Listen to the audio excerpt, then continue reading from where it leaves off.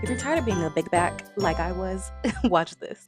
I'm going to give you some real tips that has nothing to do with all of the fluff of, oh, use this supplement, do this, take this medicine, do whatever. No, we're going to get to the real root and the real cause of why you are not able to get out of the big back curse. And it literally is a curse. Y'all, it is not a good thing to be big back.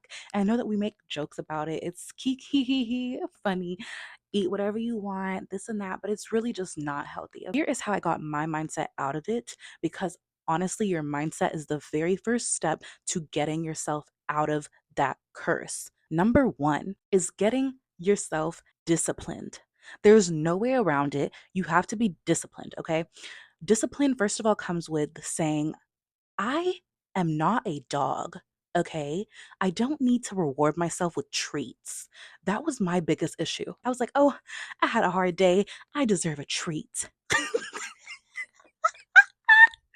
No, but literally, I had a hard day. I deserve a treat. Let me go get a 10-piece wings and ranch and a big fry with a large high C to gulp it down. That was literally my mentality. And it's terrible. It's really bad. But that comes from literally my childhood where I had a restrictive diet in my childhood where I would get yelled at for getting snacks behind my parents' back or drinking too much juice when I should be drinking water. And in hindsight, that was amazing things that my parents were teaching me to be healthy. But once I got out of my parents' house, I literally went crazy with eating whatever I wanted to because I could afford it, because no one was going to tell me no. And that's your biggest downfall. You have to be your own parent, you have to be your own person that's going to discipline you. Nobody else is going to stop you. So if you want to be a big back, no one's going to stop you. Literally, keep doing it if you want to. You just have to keep that mindset that no one's going to stop you. And at the end of the day, only you can save yourself. All right. The number one thing that really scared me was the fact that there's so many people out here, y'all, that literally have high cholesterol, obese, heart problems, things like that. And to me, I really realized that health is wealth. And if I'm not healthy, what is the purpose? You know what I mean? What's the point of life if you're not going to be healthy? If you're going to have health complications all of your life, if you're not going to be able to work out, or you're not going to be able to take your kids to do things when you're a parent, or you're not going to be able to travel the world and hike and have a nice stroll on the beach, etc. You have to be healthy in order to do all of these things. You cannot be big doing all these things. I'm so sorry. And at the end of the day, your heart, we only have one heart, we only have one body, we only have one flesh. And we have to take care of that flesh while we are here. And you honestly are going to feel so much better when you're respecting your flesh, when you're protecting your flesh, and when you're nourishing your flesh every single day. I know that the temporary treat feel good in the moment, but at the end of the day, don't you wake up and literally have either a stomach ache, or you feel bloated, or your skin is breaking out, etc. For me, I rarely would have my skin breaking out because I'm honestly have been blessed with good genetics on my skin, but it would always be bloating. I would be bloated.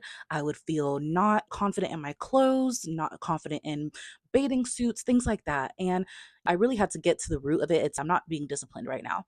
And mind you, this was 2 years ago. So, whenever you also start on your health journey, you cannot compare yourself to other people. You cannot compare yourself and your journey to other people's journeys. Some people will have higher metabolisms to where they can lose fat a little bit faster. Some people will have stress issues to where stress is holding on to their fat, because if you have stress issues like thyroid problems and things like that, you are prone to inflammation, you are prone to not being able to lose weight, or you're not able to gain weight. So, lots of different circumstances for everybody. Do not be so hard on yourself about your journey whenever you do start. That is the biggest key. Do not compare yourself to others. Run your own race. The first, and I keep saying the first thing because everything is like the step, but literally, the next step is take a picture and a video of yourself when you start your journey, and then every single month, I want you to take a new picture and a new video of your body while you're doing this journey. You have to be super consistent. Every single day, you have to wake up and tell yourself, I want to be my dream future person right now. I want to be the future me right now. I want to create my future right now. I want to feel confident right now, not later. And what are my actions doing right now that's going to lead me to my future? Is it going to lead me to a better future, or is it going to lead me to a future that's going to cause me pain? Is it going to lead me to a future where I'm not going to be confident, where I'm going to just try and fill a void with everything else that will never be able to be filled when you don't have your health? The next step is literally the next major key for me was making working out fun. For some people, workout classes might not be your thing, or the gym might not be your thing. Find what is your thing. You don't have to go and be a Pilates princess. You don't have to go and be a gym girly. If you enjoy nature, get yourself outside and start walking. Do 10,000 steps a day if you can. Go hike. Go out and play a fun game like tennis, volleyball, basketball, whatever your activity is. Do that, make it fun so that it's not a boring routine to you and that you're not getting tired of doing your goal. For me, the gym and workout classes is my thing, as well as activities like tennis and volleyball and doing silly things like dancing, or it's not silly, but you know what I mean. Dancing, aerial yoga, golfing, like anything that is just going to get me outside, get me active, and also being surrounded with women who are on the same journey. So, a lot of times, whenever you do go to workout classes, you're going to be surrounded by women who have that habit of working out and staying consistent in their goals and taking care of their health. Same thing when you're in the gym. You may see some newbies, but the majority of people that are in the gym, they are consistently in there. So it's going to help keep you motivated. If you are alone at home trying to do an at home workout, that is good whenever you have already built that consistency up and you can discipline yourself to stay consistent and working out at home as well. But as a beginner, I highly recommend getting yourself in the environment where people are putting in that work. They're grinding and they're doing the work. So you honestly feel like a cool little fun environment where you're motivated to keep going because other people are going. You just showed up at the gym.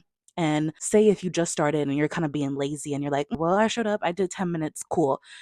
But if you see other people in there that's been there longer than you're going to want to stay because you're like, I look like a slacker because I'm just walking out after 10 minutes.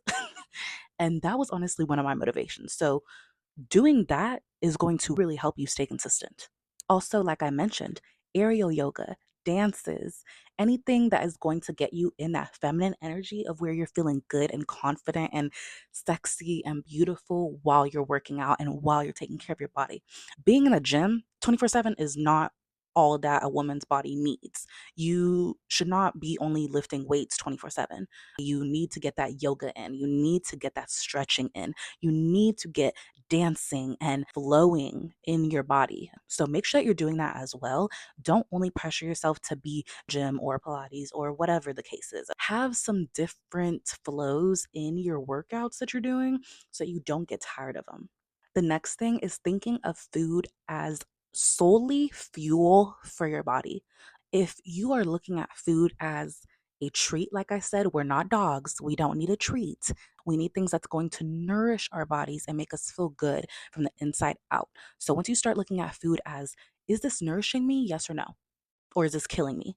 Is this toxic? Is it feeding my body toxins? Is it feeding my body things that's going to slow it down? If that's a yes, then I should not be eating it. Or is it going to nourish my body? Is it going to help my blood flow? Is it going to help me shed fat? Is it going to help my skin glow? Then I should be eating that. As I mentioned, not giving yourself a treat because we're not a dog, you do want to give yourself a few rewards, okay? Those rewards should not be just food, but it can include food. If you want to give yourself a reward after a long week of staying consistent in your goals, give yourself a reward of going to eat in a nice restaurant that you have been eyeing, that you have been wanting to go to, not a junk food place. Make it a nice restaurant to where you're rewarding yourself with a beautiful, somewhat healthy meal and a beautiful environment to where it's an actual reward. Another nice reward for yourself is going to get a massage, going to the spa, going to get your nails done, your hair done, a facial, whatever you like to do that makes you feel like I'm taking care of myself on a fun, relaxing level. You need to do that. You cannot be in consistent 24/7 grind because that's how you're going to get yourself worn out and tired of your goals, and we don't want that to happen. We want it to be a consistent lifestyle moving forward, not just a challenge that we're doing right now. A lot of people get into this lifestyle change and they're only able to hold it up for a month or two, or maybe maximum three, because of the fact that they are not making it an actual lifestyle change. They're making it more like it's a goal and a challenge that I'm trying to get to. And once I get to a certain goal, then I'm done and it's good. I did 3 months and great. And now I'm going to go back into my other habits. And we don't want that to happen. We want it to be a consistent lifestyle change. All right. Because at the end of the day, you want to have this type of mindset and energy for the rest of your life. You want to be a 50-year-old woman who is able to go on a jog, a 50 or 60-year-old woman that or man that is able to work out, that is able to take a dance class, that is able to be healthy and alive for their grandchildren if they have some. All of the longevity goals is what you need to be thinking about. We cannot be thinking short term in our goals, especially when it comes to our health. The next thing that is going to really help you on your health journey is intermittent fasting. If you're able to do it, I highly recommend it. I literally personally just started doing this last month, and I've seen such a change already in, first of all, my energy levels have been higher. I've been feeling a lot lighter. I've been feeling less bloated, everything. So, intermittent fasting, I highly recommend it. First of all, you can start off with just doing, I would say, an easy level to where you're doing just 2 meals a day and then you don't eat past 6 o'clock, 6 p.m. So once that 6 p.m. goes, you're going to be fasting from 6 p.m. all the way till 10 or 11 or 12 the next day. So you want to give your body at least 16 hours of no food going in. Because once you get to that 16-hour range, that's when your body starts to naturally go into autophagy, I believe it's called, and where your body starts eating at your fat. It starts eating at any toxins that you have in your body. It starts eating at dead cells that's in your body. So that now includes also any diseases that you may be holding that you don't know, any toxic things that are in your bloodstream. So you're going to literally be regenerating your body. You're going to be renewing your body from the inside out when you give your that 16 plus hour window where you are not eating. At first it's hard, but once you start doing it, you get very comfortable with it. You start feeling full quicker, so you only need small portions of food and you're not having to fill yourself up all the time and snack and eat and all of that just because you're bored. That's another big thing. A lot of times you're snacking and eating because you're bored. Keep yourself busy so that you're not thinking about snacking. Literally, I'm so busy throughout my day that I don't have time to think about snacking. Not like, oh my God, I'm bored. I need to grab some chips. Because no, I'm literally busy at my Pilates class, or I'm busy at work, or I'm busy working on content, or I'm busy talking to clients to book their consultation or book the boat date. I'm literally constantly busy, or I'm on a friend date, or I'm on a relationship date. So keeping yourself busy is also key. Now, in regards to the fasting, whenever you do have your first meal of the day around 12 p.m., you need to make it a wholesome and healthy whole food meal. If you can, try to exclude carbs from your meals. Stick to veggies and protein and it. Veggies, protein, fruit, that's it. You're going to feel full. At first, the first few days, you're going to be hungry. You're going to want a snack. You're going to want to have another meal, etc. But once you start training your body to be satisfied, it's going to stay satisfied. It will stay satisfied, and to where you're not even going to crave another meal, or you're not going to crave snacks. Me now, I've gotten to the point in my fasting journey where I'm honestly most of the time only eating one meal a day, and it's a pretty big, decent size whole food meal. And that's my one whole food meal for the day. And I'm honestly not hungry for the rest of the day after that. I drink tons of water, eliminate everything from my body, drink all that water, fill your body up with literally 90% of your body is water.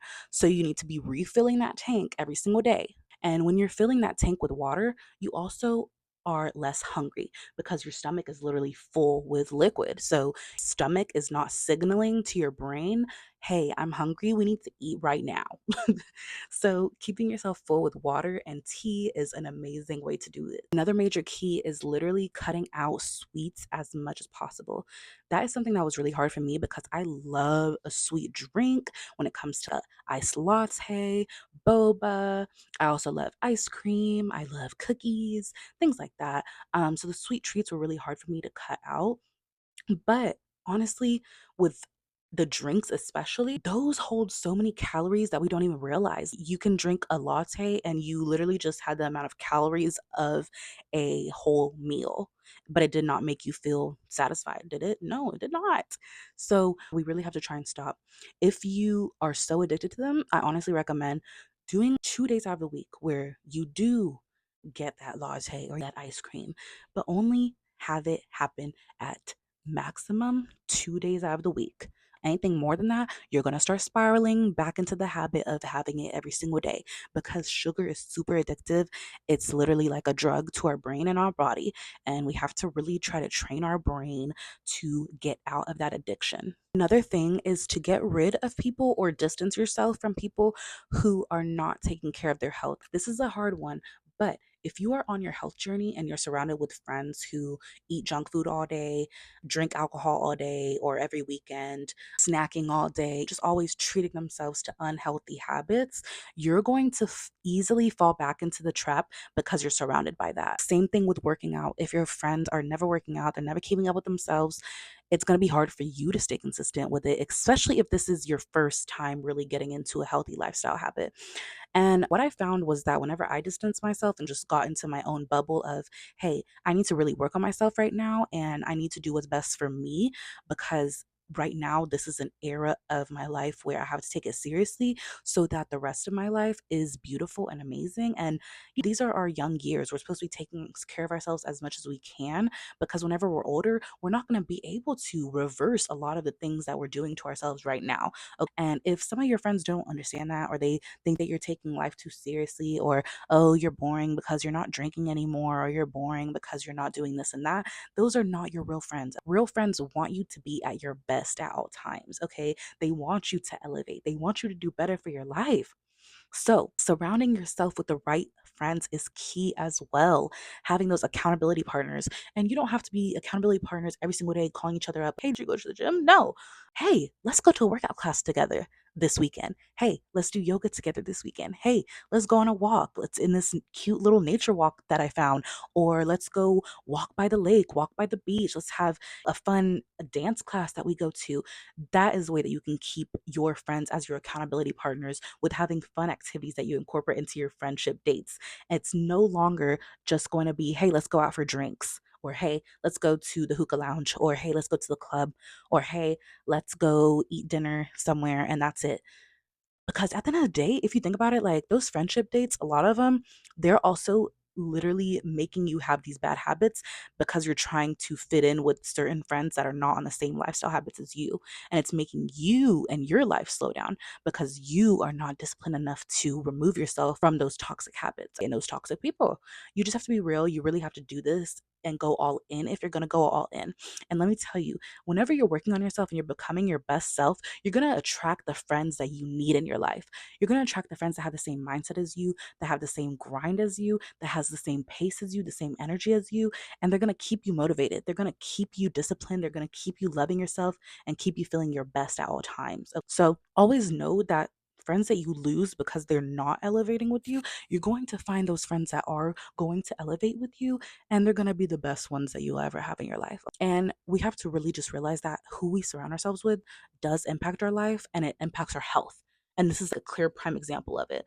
So take it seriously and really do the uncomfortable to be able to have a comfortable life for the rest of your life. Excited to just keep sharing this health journey. And honestly, I'm not even calling it like a journey or a diet. It's literally just a lifestyle. It's a lifestyle. On this journey with me, make sure to let me know in the comments what you thought. What was the best tip that I gave you that really resonated with you? I hope that this helps you and see you guys on the next video. Mwah.